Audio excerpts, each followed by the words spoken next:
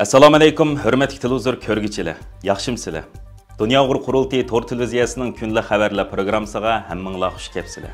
Men İftixar Abdurshid. Bugun chorshanba. Hurmatli ko'ruvchilar, tövanda diqqatinglar kunlik xabarlar programmamizning tafsilotida bo'lsin. Xitoy Sharq Turkistondagi irqiy qirg'inchilik jinoyatini pardozlash uchun oldin qapda Turkiyadagi Millat gazeti, So'zchi gazeti, Cumhuriyet gazeti qatorliq axborot organlarining muxbirlari va CNN Türkçe kanalı riyosatchisidan tashkillangan 8 kishilik hay'atni saxta tashviqot ziyoratiga o'rinlashtirgan bo'lib, CNN muxbiri Bushra Arslantash Xitoyning abdi bashirsini ichib tashlagan. Ammo Xitoy Sharq Turkistonda ilib borgan irqiy qirg'inchilikni pardozlash va turk muxbirlarining og'zi bilan jinoyatini aqlashga uringan bo'lsa-mu, ammo CNN Türkçe kanalining riyosatchisi Bushra Arslantash Xitoyning kutganining aksicha ziyorat jarayonida erishgan ma'lumotlarni maxsus xabar qilib ishlab, Xitoyning Sharq Turkistondagi insoniyat qarshi ishlagan jinoyatlarni fosh qilgan. CNN Türkçe kanalida 4 noyabr tarqatilgan maxsus xabarda riyosatchi Bushra Arslantash ziyorat jarayonini tafsili bayon qilgan bo'lib, u Sharq Turkistonga safar qilishdan burun Xitoyning Anqaradagi bosh elchisini ziyorat qilib, bu qatimliq safarning qanday o'rinlashtirilganligini so'rab, Xitoy elchisidan o'zlarining Sharq Turkistonda Uyg'urlar bilan yuztarani ko'rishib, Xitoyning davrang solgan atalmish haqiqiy ahvolni tekshiralaydiganlik haqida va'da olgan bo'lsa-mu, ammo ziyorat jarayonida 3 Xitoy bularga hamma yerda egishib nazorat qilib, bu hay'atning har bir qadamini va ko'rishish jarayonlarini boshdan oxir singa olgan.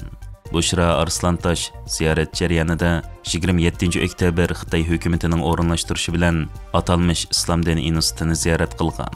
Ziyorat jarayonida institut mas'ulidan diniy asabiylikning o'lchami nima deb so'raganda, u namoz o'qimaganlarni musulmon emas deydigan qarash diniy asabiylik hisoblandi deb javob bergan. Mazkur hay'at yana Baytul Ma'mur masjidini ziyorat qilgan bo'lib, Bushra Arslantash Sharq Turkistonning har qaysi joylarida 18 yoshdan kichiklarning masjidga kirib namoz o'qiy oladigan yoki o'qiy olmaydiganligini so'raganida tarjimonlik qilgan Xitoy huduqib, sirtkilar haqida ma'lumotim yo'q degan. Bushra Arslantash Urumchidagi xalqaro cho'ng bozor va kechlik bozorlarni ziyorat qilganida bir qism Uyg'urlar bilan ko'rishib, tarjima abdetallari orqali paranglashib fursati bo'lgan. Ammo ular bilan paranglashgan Uyg'urlar tamoq, kiyim-kechak haqida qizg'in paranglashgan bo'lsa-mu, Xitoyning qoida tuzumlari, siyosatlar haqida savol so'ralganda javob berishdan o'zini qochirgan bo'lib, atalmish Xinjiang radio televiziya stansiyasini ziyorat qilganda Xitoy xodimlarining bu tashviqot organining xizmat maqsadini yushirib o'ltirmaganligini, ya'ni Xitoy Kompartiyasining, Xitoy hukumatining yo'l yo'riqlarini, ovozini ommaga to'liq, unumli yetkazish uchun xizmat qilganligini aytganligini, butun taratquv organlarining Xitoy hukumati tomonidan kontrol qilinganligini bayon qilgan. Bushra Arslantash yana atalmish Xinjiang universitetini ziyorat qilish jarayonida bir o'quvchi bilan ko'rishish, ziyorat qilish imkoniyati bo'lmagan bo'lib, u 2017-yili Xitoy tomonidan qo'lga ilinib, o'lim jazosiga hukm qilingan, hozirgacha hech qanday xabar bo'lmagan universitetning sobiq mudiri professor Toshpo'lat Tayibni tilga olgan.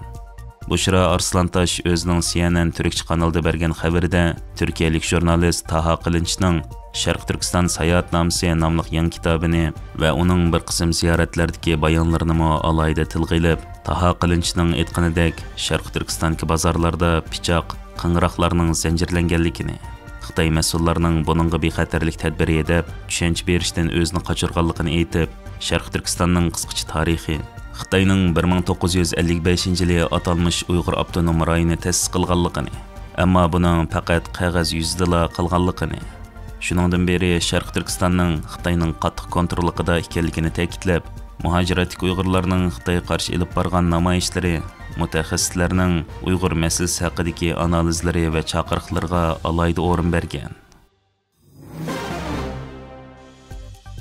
İsrailiya Davlat Mudofaa Ministerligi Xitoyda ishlab chiqarilgan tokliq mashinalarda Xitoy ishlab chiqarish jarayonida mashinaga o'rnatilgan kamera, senzor va tor ulanishi orqali sonliq shaxslarning va armiyaning ma'lumotlarini Xitoyga yo'llanish xavfi borligini o'ttirib qo'ygan. Bu mashinalar Chery, BYD va MG markali mashinalar bo'lib, bu markadagi mashinalar ilgari Isroiliya armiyasidagi yuqori darajalik ofitserlarga tarqatilgan ekan.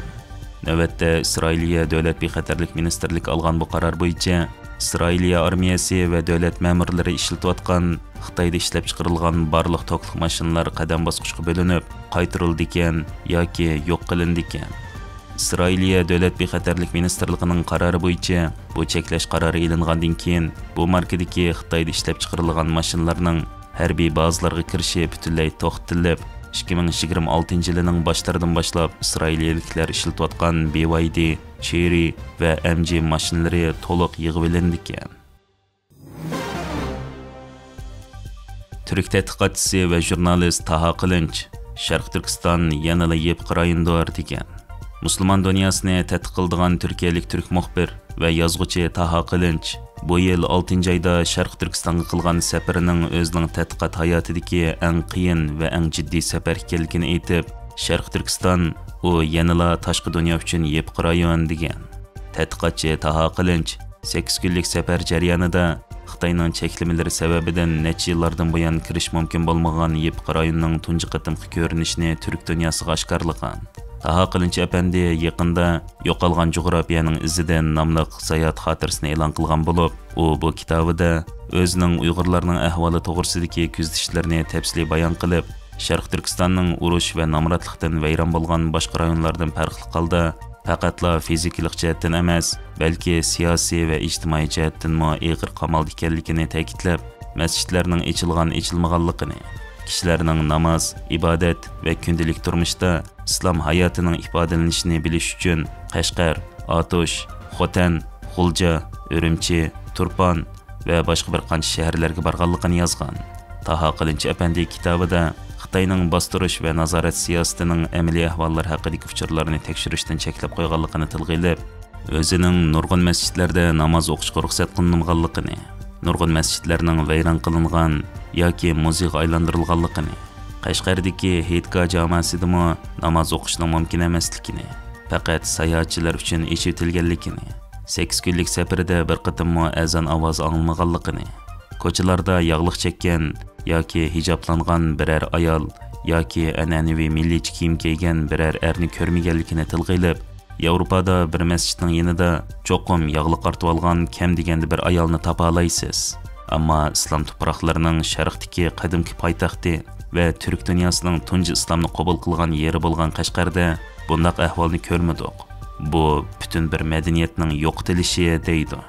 Taha Qılınç apandi yana nurg'un masjidlar qovoqxona, mehmonxona va restoranlarga o'zgartirilgan. Ko'chalarda islomiy belgilar yoki alomatlar yo'qitilgan. Shundaqla tizimlatmay turib, arqon, chedir, teleskop va pichoq setib olish cheklangan. Hatto oshxona, restoranlardagi pichoqlarmo zanjirlangan. Ko'chalarda Uyg'urlardan Uyg'urcha kiyingan Xitoylar chiq. Biz o'ylanib qoldik. Bu kishilar nega ketdi? Sharq Turkistonning nopus qurilmasiga nima bo'ldi? Bu yerdagi milliy an'analar qayer ketdi?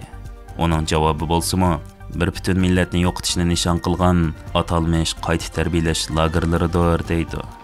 Hörmətli görürmənlər, yuqorida diqqətinizə günlük xəbərlər proqramımızın təfsilatını sunduq. Keyin qitimliq sanımızgacha ko'rishgacha omon bo'lgaysizlar. Stansiyamizning YouTube kanaliga a'zo bo'lishni unutmang. Xayr xo'sh.